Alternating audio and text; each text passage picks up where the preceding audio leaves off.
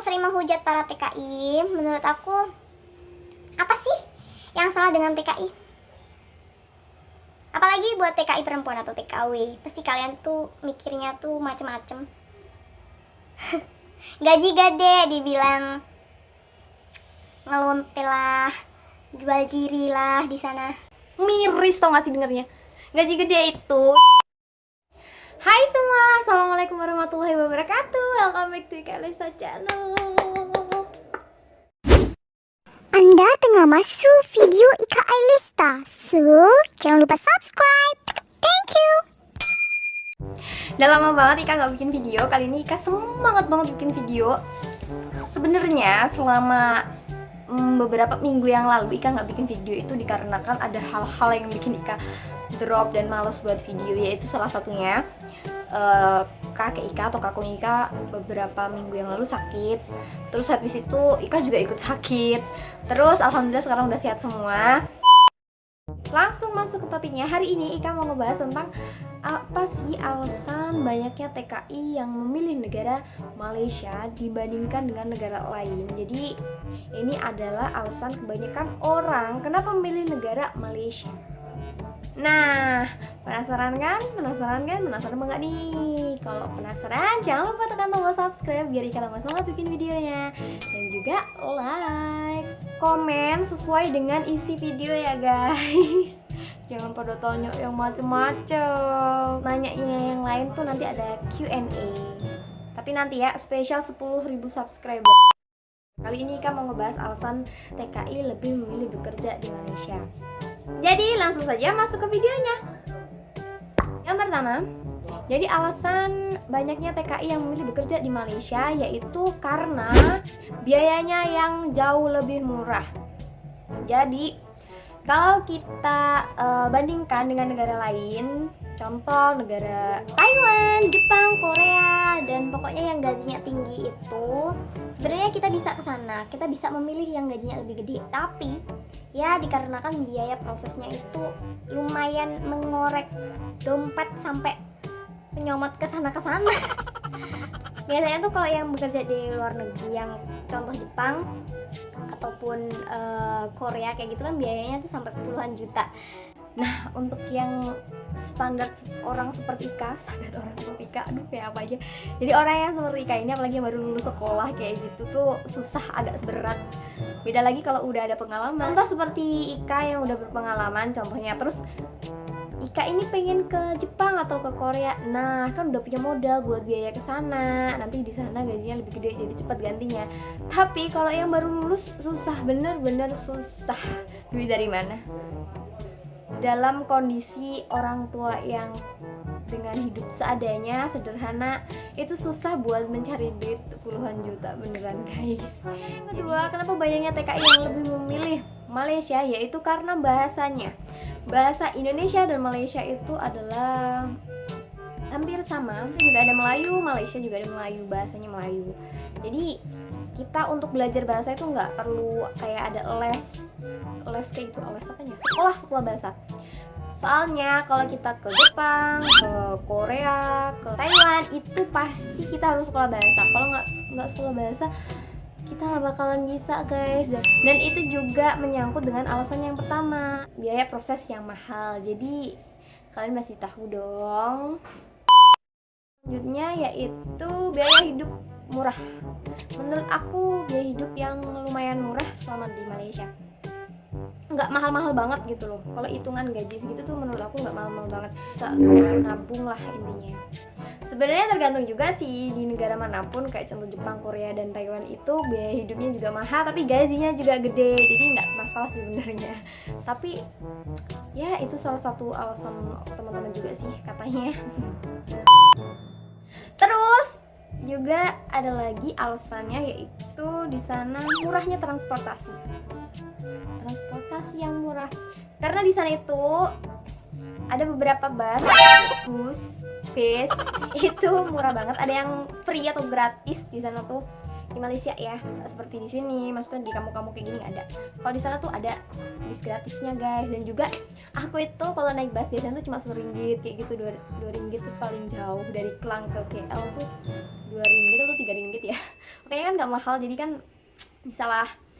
Kalau kita ingin jalan-jalan kan nggak perlu mengeluarkan kocek yang banyak buat transportasinya. Beda lagi kalau kalian naik Grab, pasti lumayan lah ya kalau naik Grab, tapi nggak mahal banget kok. Oke, next. Alasan selanjutnya yaitu jarak Indonesia dan Malaysia yang deket. Jadi nggak perlu repot-repot, nggak perlu pusing-pusing, nggak perlu bingung kalau mau pulang.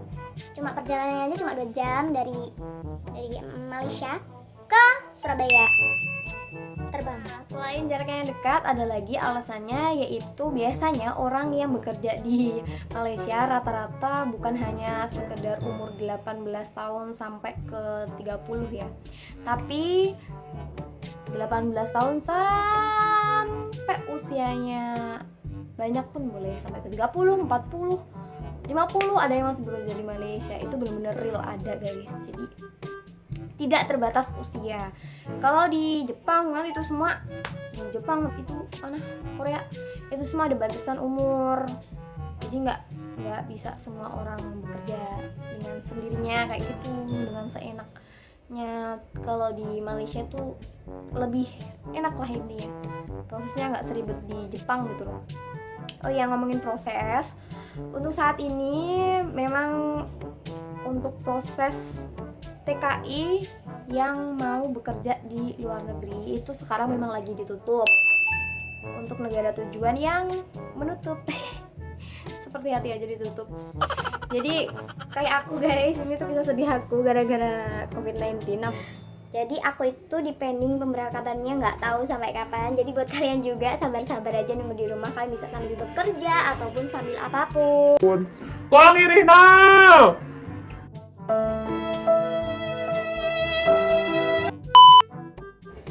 Selama COVID-19 ini sebenarnya banyak banget kayak orang-orang yang ingin bekerja di Malaysia tapi masih terhalang, masih terhambat, belum bisa proses dikarenakan Kementerian di Indonesia juga masih menutup untuk ke Malaysia, dikarenakan Malaysia belum membuka juga untuk Indonesia, untuk orang Indonesia. Karena di sini kasusnya masih banyak banget. Jadi ya, kalian yang ingin bekerja di Indonesia, kalian yang ingin bekerja di Malaysia, jadi sabar-sabar dulu ya guys. Aku pun sabar loh, proses dari Januari atau Desember. Kayaknya aku daftar ke PT itu Desember deh.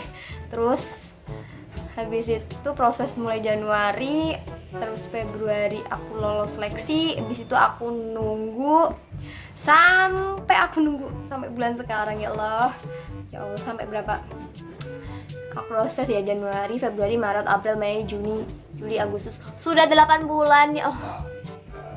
Sudah 8 bulan guys aku di rumah aja.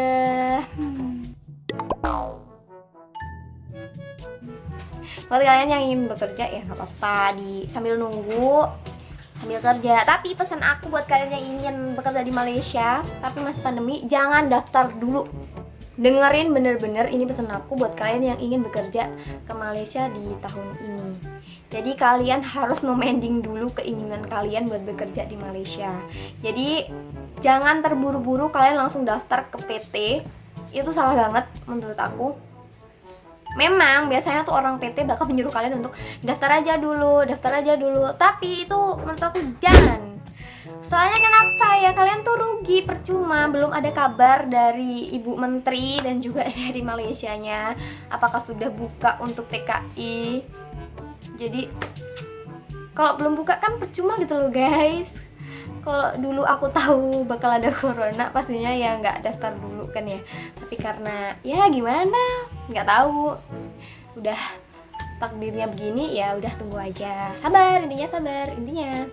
Pokoknya jangan daftar dulu buat kalian ya.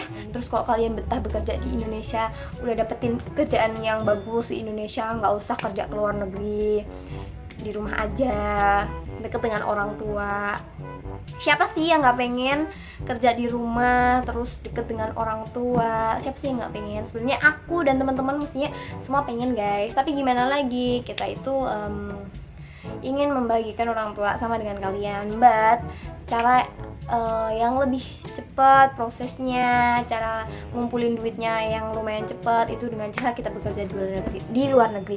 So buat kalian yang sering menghujat para TKI, menurut aku apa sih yang salah dengan TKI? Apalagi buat TKI perempuan atau TKW, pasti kalian tuh mikirnya tuh macem-macem.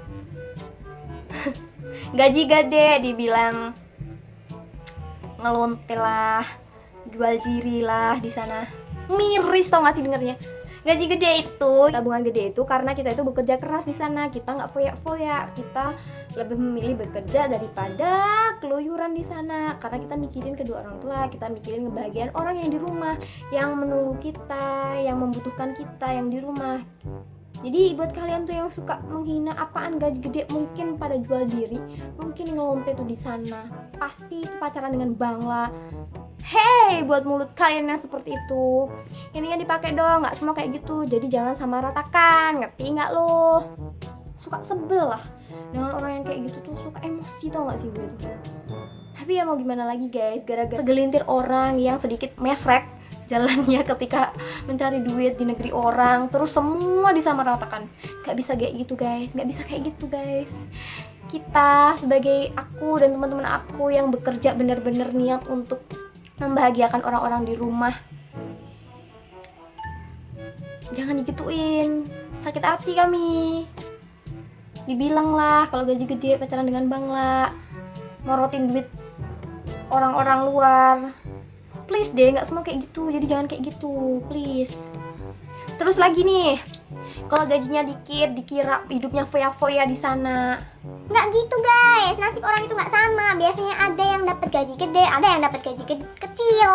Jadi jangan disamaratain, nggak semua sama. Memang banyak yang dapat kilang bagus, itu dikarenakan memang rezekinya dia di situ. Tapi mungkin ada juga yang dapat kilang kurang bagus, itu dikarenakan ketidaktahuan mereka tentang wawasan gimana kerja di luar negeri, terutama di Malaysia. Untuk mencari kilang-kilang yang bagus mereka belum tahu, belum ada wawasan seperti itu. Suka sedih kalau dibilang gaji gede namanya ngelonte, gaji kecil katanya foya-foya. Please deh, buat kalian yang suka ngomong kayak gitu, ngaca. Hai guys, terima kasih sudah nonton video Ika. Sorry banget kalau Ika sedikit emosi di ending, gak apa-apa ya. Ika bakal rutin upload lagi. Terima kasih sudah nonton videonya. Jangan lupa like, komen, dan juga subscribe. Dan juga share ke seluruh sosial media kalian. Memandangmu, anjay.